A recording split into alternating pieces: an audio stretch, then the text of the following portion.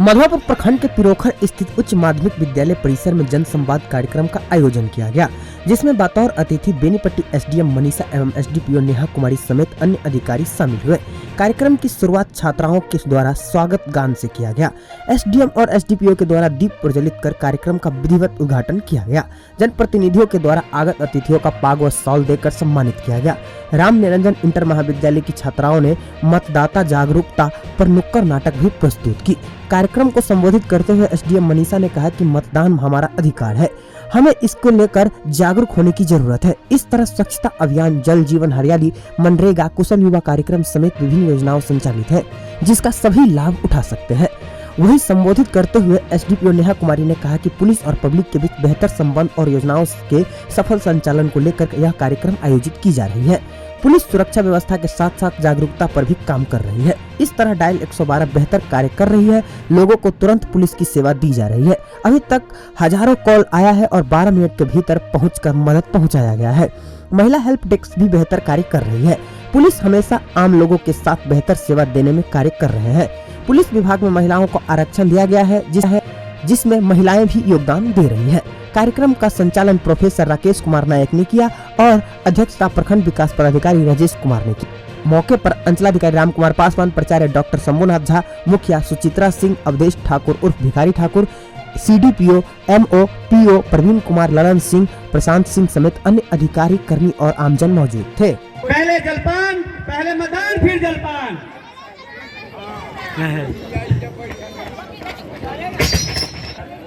अब जैसा कि कार्यक्रम के अंत में जाएगी। धन्यवाद। आप सभी को बता दूं कि मुख्य चुनाव में कल तक बता दूं कि आप सभी को मुख्य चुनाव होते हुए अवधि के जिंदाबाद। नेताजी हमारा नेता कैसा हो, हमारा नेता दीपलाल जैसा हो। नमस्कार, आप सभी को नमस्कार करता हूँ।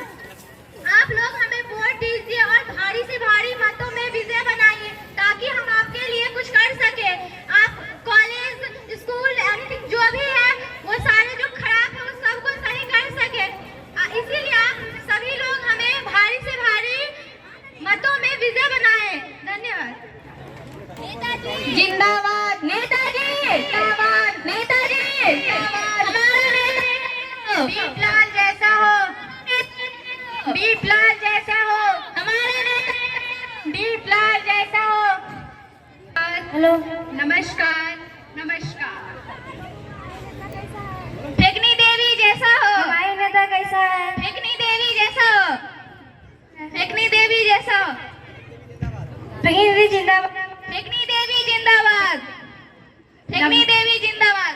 नमस्कार, नमस्कार। आप सभी को मेरा नमस्कार, आपको भी मेरा प्रणाम, आप सभी को मेरा नमस्कार। मैं नारी शाखा से हूँ, इसलिए सभी नारियों को मेरा प्रणाम। पिछली बार की तरह इस बार भी मुझे भारी मतों से विजय बनाए। जो जो कार्य अभी जारी है, इन सभी कार्यों को मेरे जीतने के बाद किया जाएगा। धन्यवाद। जिंदाबाद, जिंदाबाद, मेरा जिंदाबाद, जिंदाबाद, जिंदाबाद, जिंदाबाद, जिंदाबाद, जिंदाबाद, जिंदाबाद, जिंदाबाद, जिंदाबाद, जिंदाबाद। वोट गिराने नहीं जाएगा? नहीं। क्यों नहीं जाएगा? क्योंकि पिछले बार हम फेकनी देवी को जिताए हैं, उन्होंने हमारे लिए कुछ नहीं किए। इस बार वोट दे के देखते हैं क्या होता है। नहीं, हम नहीं देंगे। क्यों नहीं? कोई दिक्कत? हाँ, वही फेकनी देवी को जिताए हैं, वो कुछ भी नहीं की है। हमारे गांव घर का सड़क सब वैसे का वैसा ही है, कुछ नहीं वो की है। कोई बात नहीं, हम लोग इस टाइम वोट देते हैं, देखते हैं क्या होता है आगे। नहीं, हम नहीं देंगे, कोई फायदा नहीं। चलो ना हमारे साथ, हम ले जाते तुमको। जिसको भी वोट देना उसको देना। हम ये नहीं बोले कि हम तो फेकनी देवी को वोट देंगे। चलो ना, जिसको देना है चलो। चलो ठीक है, तुम लोग बोलती हो तो चलते हैं। चलो। की फेकनी देवी अपनी प्रतिद्वंदी दीपलाल से 10,000 वोटों से विजय घोषित हुई है। धन्यवाद। इससे पहले बार बार प्रणाम, जीत के बाद केवल एक बार प्रणाम। जिंदाबाद, फेकनी देवी जिंदाबाद, फेकनी देवी जिंदाबाद। हमारा नेता कैसा हो? जैसा हो। हमारा नेता कैसा हो? जैसा हो। आप सभी का धन्यवाद। आप सभी ने मुझे भारी वोट से जिताया है और आप सब मेरे साथ रहिए। आगे सभी कार्यों को मद्देनजर रखते हुए ध्यान से किया जाएगा। गरीब नहीं गरीबी मिटेगी, गरीब नहीं गरीबी मिटेगी, गरीबी नहीं जिंदाबाद, फेकनी देवी जिंदाबाद, फेकनी देवी जिंदाबाद। हमारा नेता कैसा हो? जैसा हो। हमारा नेता कैसा हो? जैसा हो। हमारे सामने दर्शक के रूप में उपस्थित हमारी माताएं, बहनें और दर्शक बंधु, आप लोगों का इस जनसंवाद में बहुत हार्दिक स्वागत करती हूँ, अभिनंदन करती हूँ। आप लोग पहले भी कई जनसंवाद में गए होंगे, भाग लिए होंगे, तो आप लोगों को मालूम चल गया होगा कि जो भी ये जनसंवाद कार्यक्रम आप लोगों के सामने आयोजित किया जा रहा है, आप लोग भाग ले रहे हैं, इसमें सरकार की जो भी योजनाएं हैं उसकी जानकारी आप लोगों को प्रॉपर तरीके से हो, जिसका आप लोग प्रॉपर तरीके से लाभ उठा सकें। एक एक चीज़ों की बारीकी से जानकारी होने के बाद ही आदमी जागरूक होता है, तभी अपने अधिकारों को जानता है और उसका लाभ उठाता है और समाज को एक शांति माहौल देता है, शांतिपूर्ण माहौल में, जिससे समाज का विकास होता है, देश का विकास होता है।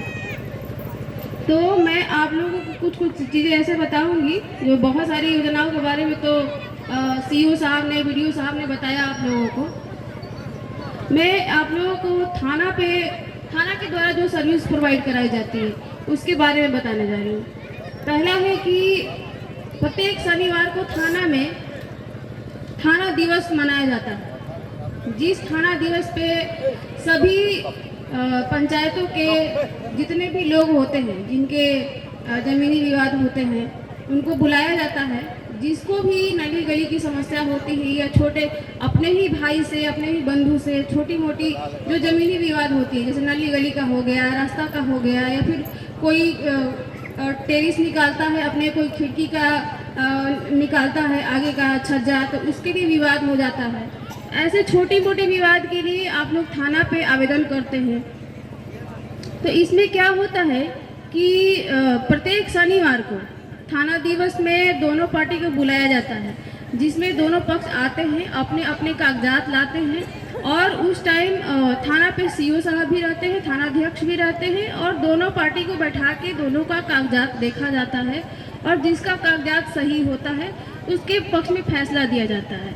तो इस तरह से जो भी छोटी छोटी विवाद है, जिसमें बड़ी बड़ी घटनाएं भी हो जाती है, मर्डर भी हो जाता है, तो आप लोगों से अनुरोध है कि अपने जो भी छोटे छोटे ज़मीनी विवाद है थाना दिवस पे जरूर से जरूर जाए और अपने छोटे छोटे विवादों को सुलझाएं। और इस विवाद में अगर निपटारा में कोई पार्टी संतुष्ट नहीं होता है तो वो आगे कोर्ट में भी जा सकता है और कोर्ट के माध्यम से भी उसके विवाद का निपटारा हो सकता है। दूसरा, थाना के द्वारा जो सर्विस प्रोवाइड कराई जा रही है वो है महिला हेल्प डेस्क। सभी लोगों ने सुना होगा, बहुत लोगों ने नहीं भी सुना होगा। महिला हेल्प डेस्क क्या है? ये है कि जैसे हमारे घर में छोटे छोटे विवाद हो जाते हैं महिलाओं से संबंधित, जिसमें सास ससुर से झगड़ा हो जाता है, उसके अपने पति से विवाद हो जाता है, तो ऐसे मामलों को सुलझाने के लिए प्रत्येक थाना पे महिला हेल्प डेस्क की स्थापना की गई है, जिसमें सुयोग्य महिला पुलिस पदाधिकारी की स्थापना नियुक्ति की गई है।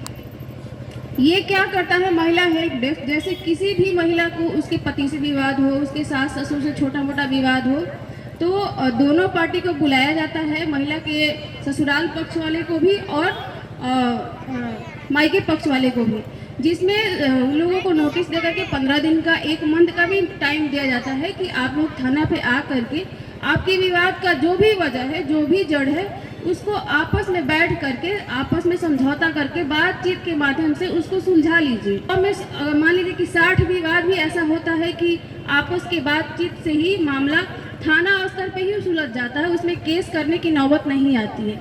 कुछ ऐसे मामले होते हैं कि जिसमें केस करने की नौबत आती है। तो बहुत ऐसा परिवार है जो केस और कचहरी के मुकदमे में फंसने से बच जाता है महिला हेल्प डेस्क के। तो आप लोगों से मेरा, जो भी यहाँ पे महिलाएं, माताएं, बहनें बैठी हुई हैं, अगर किसी के घर में भी इस तरह का विवाद चलता है, छोटा मोटा विवाद है, तो आप महिला हेल्प डेस्क का ज़रूर लाभ लें और थाना पे जा कर के केस ना कराएं डायरेक्ट। आप लोग समझौता का रास्ता है, उस समझौता के रास्ता से भी अपने परिवार को टूटने से बचाएं, अपने घर परिवार को खुश रखें। उपस्थित देवी एवं सज्जनों सभी का मैं हृदय से स्वागत करती हूँ। आज का जो जन संवाद है इसमें विभिन्न पदाधिकारियों के द्वारा योजनाओं के, इसमें अंचल अधिकारी के द्वारा जमीन से संबंधित जितनी भी योजनाएं हैं, जो भी समस्या है उसका कैसे समाधान हो सकता है इसके बारे में बताया गया। बीडीओ साहब के द्वारा कौन कौन सी योजनाएं हैं उसका फ़ायदा कैसे आप लोग उठा सकते हैं, बहुत विस्तृत जानकारी दी गई। सीडीपीओ के द्वारा समाज कल्याण से संबंधित योजनाओं के बारे में आपको विस्तृत रूप से बताया गया और खाद्य उपभोक्ता से संबंधित जो भी सुविधाएं आप लोगों को मिलती है उसके लिए एमओ के माध्यम से कैसे आप लोग फॉर्म अप्लाई कर सकते हैं, कैसे राशन कार्ड बना सकते हैं और कैसे आधार सीट करवा सकते हैं बताया गया। अब मैं एक एक योजनाओं के बारे में बहुत विस्तृत रूप से बताई गई है चीज़ें, तो मैं उसी चीज़ को दोहराव नहीं करूँगी। कुछ विशेष योजना जो गवर्नमेंट के माध्यम से आपके लिए चलाई जा रही है वो मैं बताना चाहूँगी। उसमें सबसे एक महत्वपूर्ण योजना है स्टूडेंट क्रेडिट कार्ड। इसमें जो भी स्टूडेंट हैं 10वीं या 12वीं पास हो चुके हैं और आगे पढ़ाई करना चाहते हैं, उनके लिए सरकार के माध्यम से 4 लाख का ऋण उपलब्ध है। मतलब उनको लोन गवर्नमेंट के माध्यम से दी जा सकती है और इसको चुकाना तब होता है जब उस बच्चे की पढ़ाई कंप्लीट हो जाती है, उसको नौकरी मिल जाती है और तब उसको चुकाना होता है। तो जो भी यहाँ लोग उपस्थित हैं, अगर उनके बच्चे आगे उच्चतर पढ़ाई करना चाहते हैं तो इस योजना का लाभ उठा सकते हैं। स्टूडेंट क्रेडिट कार्ड है। इसके अलावा एक बहुत ही महत्वपूर्ण योजना जो सरकार की तरफ से चलाई जा रही है वो है मुख्यमंत्री निस के माध्यम से स्वयं सहायता भत्ता योजना। इसमें अगर कोई बच्चा जो है 10वीं या 12वीं की योजना है, आज के समय में कंप्यूटर का ज्ञान बहुत ही महत्वपूर्ण है और जो लोग भी कंप्यूटर जानते हैं वही बहुत सारी योजनाओं का लाभ उठा सकते हैं, क्योंकि सारी योजनाएं आजकल ऑनलाइन होने लगी है। इसलिए आज के युवकों को, युवतियों को कंप्यूटर सीखना बहुत ही आवश्यक है। इसके लिए सरकार भी मुफ्त में कंप्यूटर सिखा रही है कुशल युवा कार्यक्रम की तहत, और दूसरा इसी के तहत संवाद कौशल भी सिखाती है। जो सेंटर होता है युवा कौशल का, उस पर संवाद कौशल भी सिखाया जाता है। इसका मतलब है कि सॉफ्ट स्किल सिखाया जाता है। सॉफ्ट स्किल में कैसे आप अच्छे से बात कर सकते हैं, कैसे एक बच्चा इंटरव्यू में अच्छे से इंटरव्यू में कैसे जवाब दिया जाता है, ये सिखाया जा सकता है। और सॉफ्ट स्किल की ऐसे भी ज़िंदगी में भी बहुत उपयोगी है। अगर आप एक दुकान में जाते हैं और दुकानदार बहुत अच्छे से बोलता है आपसे कि आपको क्या चाहिए, आपको ये फैसिलिटी है, इतना डिस्काउंट है, तो शायद आप बहुत खुश होके जाते हैं उसके दुकान से और वापस उसकी दुकान पे जाते हैं। वहीं कोई दूसरा दुकानदार होता है, जब आप उसके दुकान पे जाते हैं बहुत रूखे स्वभाव से आपको सामान दे देता है, अच्छे से बात भी नहीं करता है, तो कोई व्यक्ति वापस उसके दुकान पे नहीं जाना चाहेगा। तो ये सॉफ्ट स्किल है जो हमें सिखाता है कि कैसे अच्छे से बात की जा सके। इसकी भी वहाँ पे ट्रेनिंग दी जाती है और वहाँ स्पोकन इंग्लिश की भी, स्पोकन इंग्लिश बच्चों को कैसे इंग्लिश में बोलना है ये भी सिखाया जाता है। अंचल स्तरीय जो कार्यक्रम है मैं उनके बारे में आप लोग को बता देता हूँ, उससे आप लोग लाभान्वित होंगे, मुझे उम्मीद है। सबसे पहले हर व्यक्ति भूमि से जुड़ा हुआ है, हम भी, आप भी, सभी लोग भूमि से जुड़े हुए हैं। और अभी के दौर में भूमि विवाद हमारे राज्य की बहुत बड़ी समस्या है। सरकार के निर्देशानुसार अंचल स्तर पर थाना के साथ थाना प्रभारी, अंचल अधिकारी प्रत्येक शनिवार को जो भूमि से संबंधित समस्या है उसके निराकरण के लिए थाना जनता दरबार लगता है। आप लोग, कुछ लोग परिचित भी हैं। आपको आपस में अगर किसी प्रकार की भूमि से रिलेटेड समस्याएं हैं तो कृपा करके आपस में झगड़े ना, विवाद को फैलाएं नहीं, शांतिपूर्ण तरीके से दोनों पक्ष या कोई भी प्रभावित पक्ष हर शनिवार को थाने पे आके अपनी समस्या का समाधान करवा सकते हैं। आप हमारे मधुबनी न्यूज़ को फेसबुक पे देख रहे हैं तो पेज को लाइक करें, यूट्यूब से देख रहे हैं तो हमारे चैनल को सब्सक्राइब करें और बेल आइकन को दबाना ना भूलें।